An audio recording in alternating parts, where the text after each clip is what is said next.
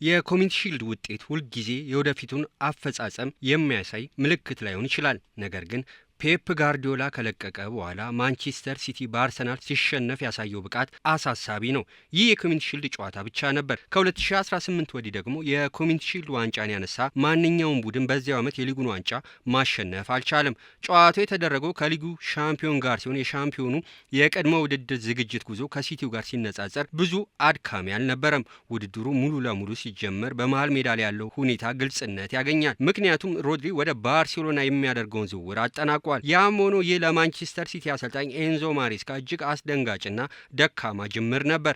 እንደ ፔፕ ጋርዲዮላ ያለ ትልቅ ስምና አቅም ያለው አሰልጣኝ ተክቶ መስራት ቀላል አይደለም። ይህንን በርካታ ክለቦች ተረድተውታል። ጉዳዩ የጋርዲዮላን ታላቅነት ወይም ተተኪው በእሱ ጥላ ስር የመቆየት ስሜት የሚሰማው መሆኑ ብቻ አይደለም። የእሱ አጨዋወት ስልት እጅግ ልዩና የግል መለያ ባህሪ ያለው በመሆኑ የሽግግር ሂደቱ የግድ አስቸጋሪ ይሆናል። ማሬስካ በ22-23 የውድድር ዘመን በሲቲ ጋርዲዮላ ረዳት የነበረና የእግር ኳስ ፍልስፍናውን በእሱ ተጽዕኖ የተገነባ ቢሆንም ሁለቱ ፍጹም አንድ አይደሉም። ምክንያቱም ጋርዲዮላ ሁልጊዜ አጨዋወቱን እያሻሻልና እየቀየረ የሚሄድ አሰልጣኝ ነበር። እነዚህ ሁሉ ነገሮች ቢኖሩም እሁድ ዕለት ሲቲ በአርሰናል 3-0 ሲሸነፍ ያሳየው ደካማ የመከላከል ብቃት በእርግጥም አስገራሚ ነበር። አርሰናል በጥሩ ሁኔታ ተጫውቷል። ባለፈው የውድድር ዘመን ሁልጊዜ ባይታይም በዚህ አጨዋወት በቡድኑ እንቅስቃሴ ውስጥ ከፍተኛ ብቃትና ለስላሳ የኳስ ቅብብል ይታይ ነበር። የ22 ዓመታት የዋንጫ ጥማቸውን ካረኩ በኋላ የመነሳሳት ስሜታቸውን ቀንሶ ይሆን የሚለው ስጋት የተጋነነ ሊሆን ይችላል። ምንም እንኳ ከዚህ የበለጠ ከባድ ፈተናዎች ቢጠብቋቸውም፣ በሌላ በኩል ሲቲ ግን የተበታተነ ነበር።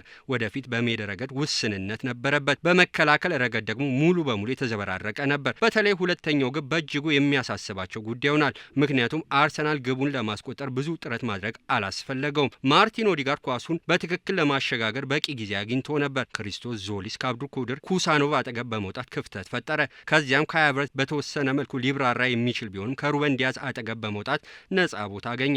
ለኩሻኖቭ መከላከያነት እሱ በተለምዶ በቀኝ ተከላካይ ቦታ እንደማይጫወት ነገር ግን ከዚህ ቀደም በዚያ ቦታ ተሰልፎ እንደነበር መጥቀስ ተገቢ ነው። ከዚህ በኋላ ሰርጎ የሚገባ የጎን መስመር ተጫዋች መኖሩ ሊያስደንቅ አይገባም። ምናልባት የውድድር ዘመን መጀመሪያ በመሆኑ እንደተለመደው ንቁ ላይሆን ይችላል። ያም ሆኖ ግን ግራ የሚያጋባ ስህተት ነበር። ይህ ስህተት ግን የቡድኑ የአጠቃላይ ሁኔታ የሚያንጸባርቅ ነው። በጨዋታው ሂደት ሲቲ ከጨዋታው ፍጥነት ጋር አብሮ ያልሄደና እንደ አርሰናል ትኩረት ያላደረገ ይመስል ነበር። ምንም እንኳን የውድድር ዘመኑ እየገፋ ሲሄድ ይህ ሁኔታ ሊሻሻል ቢችልም ሲቲ የሊግ ዋንጫ የማሸነፍ ፍላጎት ካለው ግን ይህ ችግር ነው። ሲቲ በመጨረሻ አቋሙን አስተካክሎ ወደ ትክክለኛ የጨዋታ ብቃት እስኪመጣ ድረስ አርሰናል ምን ያህል ርቀት ቀድሞ ይሄድ የሚለው አሳሳቢ ጉዳይ ነው። ነገር ግን በዚህኛው የሜዳ ክፍል መዋቅራዊ ችግሮች ነበሩ። አንቷን ሰሜኖ በጨዋታው ውስጥ ብዙም ተሳትፎ አልነበረውም። በመሃል ሜዳ ጥምረት ውስጥ በቀኝ በኩል የሚጫወተው ኤሌት አንደርሰን የመጀመሪያውን ጎል ያስቆጠረውና በሶስተኛው ጎል ሂደት ውስጥ ወሳኝ ሚና የተጫወተው ሪካርዶ ካላፊዮሪ ወደፊት የሚያደርገውን ጥቃት መግታት አልቻለም። እንደ ጣሊያናዊው ተጫዋች ወደ ሜዳው መሃል የመግባት ነጻነት ቢኖረውም እንኳን አጥቂ ባህሪ ያለው የግራ መስመር ተከላካይ እንዲህ አይነት ከፍተኛ ችግር መፍጠር አልነበረበትም። የመሃል ሜዳው ችግር በአስቸኳይ መፍትሄ የሚያሻው ጉዳይ ነው። ሮድሪ በተጠባባቂነት ቢቀመጥም በጨዋታው ላይ አልተሰለፈም። የሚናፍቀው የእሱ የጨዋታ ጥራት ብቻ አይደለም የማደራጀት ችሎታውን ጭምር እንጂ። በቼልሲ ከማሬስካ ጋር አብሮ የሰራው የኤንዞ ፈርናንዴስ ለሮድሪ ምትክ ሆኖ እንዲመጣ ታቅዶ የነበረ ቢመስልም ቼልሲ አማካዩን ለመሸጥ ያስቀመጠውን የአርብ ከሰዓት 5 ሰዓት የመጨረሻ ጊዜ ሳይጠናቀቅ ሲቲ ምንም አይነት የዝውውር ጥያቄ አላቀረበም። ማቴዎ ኮቫቺች ባለፈው የውድድር ዘመን አብዛኛውን ጊዜ ሮድሪን ቦታ በመሸፈን አሳልፏል። ነገር ግን አሁን 32 ዓመቱ ስለሆነ ለወደፊቱ የሚታይ ተጫዋች አይደለም። የበርናንዶ ሲልቫንም መልቀቅ ከግምቱ ሲያስገቡ በመሃል ሜዳ ላይ ከባድ ክፍተት መኖሩ ግልጽ ነው። በአጠቃላይ ሲታይ የሲቲ ስብስብ ጥልቀት የሌለው ይመስላል። ከ25 ዓመት በላይ እድሜ ያላቸው ተከላካዮች ዲያዝ እና ማርክ ጉዌ ብቻ ናቸው። በርካታ አጥቂ አማካዮች ቢኖሩም ኦማር ማርሙሽ ለእርሊንግ ሃላንድ ምትክ ሆኖ በመጫወት ረገድ አጥጋቢ ብቃት አላሳየም። በጥር 25 የተደረገው የ200 ሚሊዮን ፓውንድ ከፍተኛ ወጪ ችግሩን ለማቃለል ረድቶ ሊሆን ይችላል።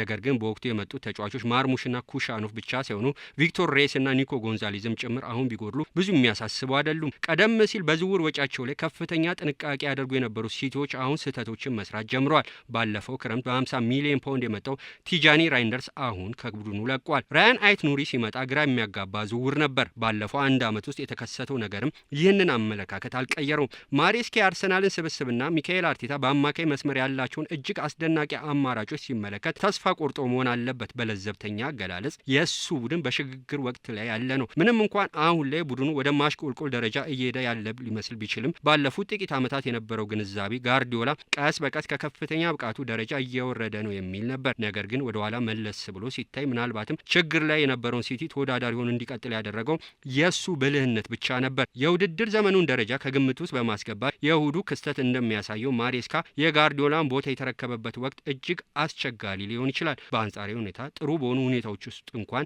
አንድ ታላቅ ሰው ቦታን መረከብ እጅግ ፈታኝ ነው። አሁን ያሉት ሁኔታዎች ደግሞ በጣም አስቸጋሪ ሊሆኑ እንደሚችሉ እየታየ ነው።